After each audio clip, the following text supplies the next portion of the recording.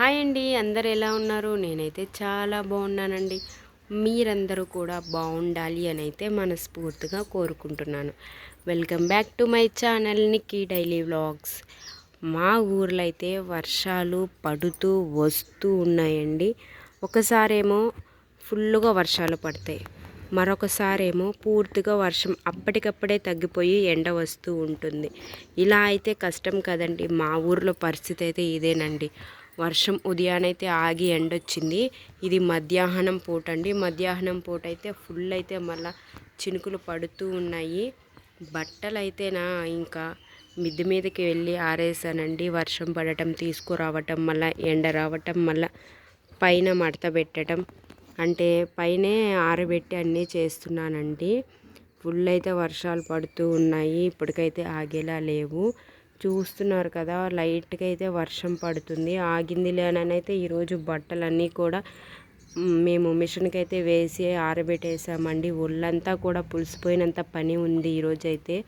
Full అయితే మేము ఈరోజు చెట్ల కాడి నుంచి కూడా మొత్తం మీకు వీడియో అనేది తీసి పెడుతున్నానండి. ఎందుకంటే మేము ఏమేమి చెట్లు వేసాము, వర్షంలో ఎలా ఉంది, ఏంటి డే ఇన్ లైఫ్ అండి ఇదైతే. అసలు చూడండి, వర్షం ఆగిన తర్వాత ఇంట్లో పనులు అయితే ఫుల్ ఉంటుంది కదా. మాకైతే ఇల్లులా లేదండి, మొత్తం కూడా చెమ్మైపోయింది. అది కాక మా బాబు సైకిల్ వేసి ఫుల్ తొక్కుతూ ఉంటాడు. ఇంకా ఇవన్నీ కూడా మేము క్లియర్ చేసేద్దాము అనుకుంటున్నానండి నేనైతే. ఎందుకంటే ఇక్కడైతే అత్తమ్మ ఫస్ట్ నుంచి అన్నం వండుకునే దబర్లు, కూర అంటే కూర దబర్లు అవన్నీ కూడా ఇక్కడ పెట్టుకుంటూ ఉండేవారు. నేనేంటంటే ఇంకా చెట్లు వేసుకోవడానికి ఉంటుంది కదా అని చెప్పేసి అయితే ఇది మొత్తం కూడా క్లియర్ చేసేద్దాము అనుకుంటున్నాను. ఈ డస్ట్బిన్ కూడా మెట్ల కింద పెట్టేద్దాము, బాగుంటుంది. ఇక్కడైతే కాకిలంతా కూడా మనం ఎంత క్లీన్ చేసినా కూడా కాకిలు అనేటివి ఫుల్ చెత్త అంతా బయట తీస్తున్నాయండి. వర్షాకాలంలో అత్తమ్మ అయితే ఈ చెట్టు వేసి 3 రోజులు అయితే అవుతుందండి. ఏం చెట్టు అనేది నాకు తెలీదు. వర్షాకాలంలో ఏది వేసినా బతుకుతుంది కదా, చెట్టు అయితే బతికింది. ఈ చెట్టు అనేది వేశారు. ఇంకొకటి అయితే ఈ వాలి పడిపోతుందని నేనైతే ఇలా కర్ర పెట్టి అయితే సెట్ చేశానండి. సన్నజాజుల చెట్టు మిద్ది మీదకైతే అల్లుకుంది. ఇంకొకటి గమనించారా, ఇదైతే కింద అనేది వేశారండి అత్తమ్మ. కింద వేస్తే అంతగా రావట్లేదు, గ్రోత్ రావట్లేదు అని చెప్పేసి అయితే మళ్ళీ డబ్బాకి హోల్స్ పెట్టి, ఈ విధంగా హోల్స్ పెట్టి అయితే మళ్ళీ మట్టి పోసి ఇలా అయితే సెట్ చేశారు.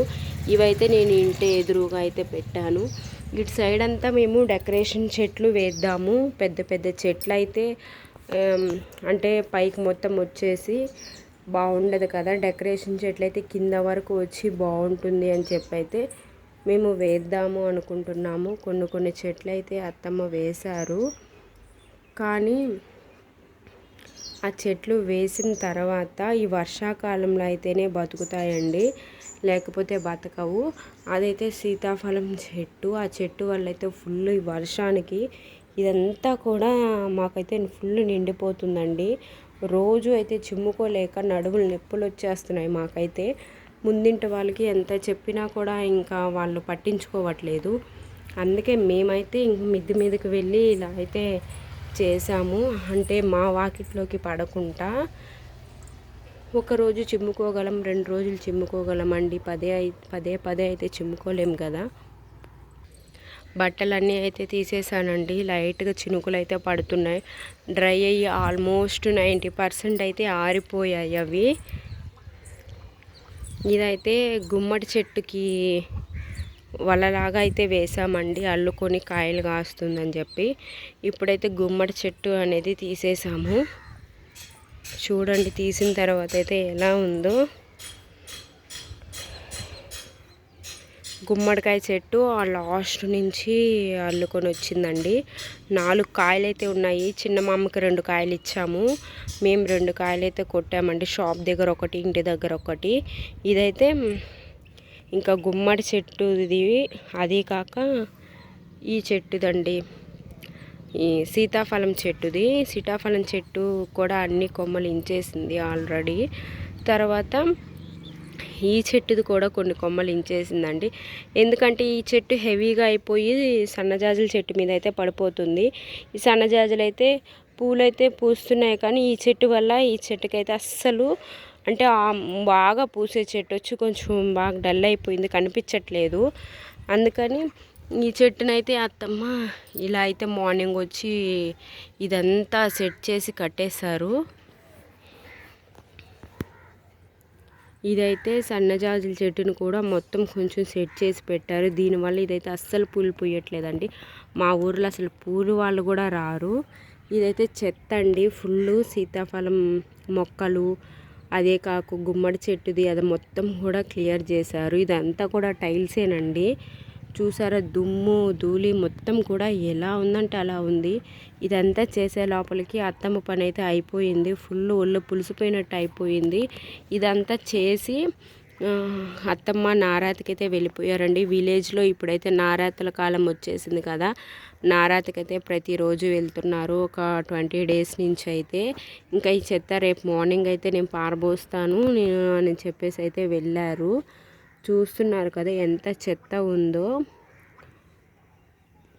ఈ చెత్త మొత్తం క్లియర్ చేసి ఇదంతా కూడా కడగాలండి. మనం కడకపోయినా ఆల్రెడీ వర్షం పడుతుంది కాబట్టి ఇంకా మొత్తం కూడా క్లియర్ అయిపోతుంటుంది. చూస్తున్నారు కదా క్లైమేట్ ఎలా ఉందో, అస్సలకి ఎండ అనేది రావట్లేదండి. ఎండను చూసి అయితే మేము అయిపోతుంది. ఈరోజు లైట్గా అలా ఎండ వచ్చింది, మళ్ళీ చినుకులు అయితే పడుతూ ఉన్నాయి.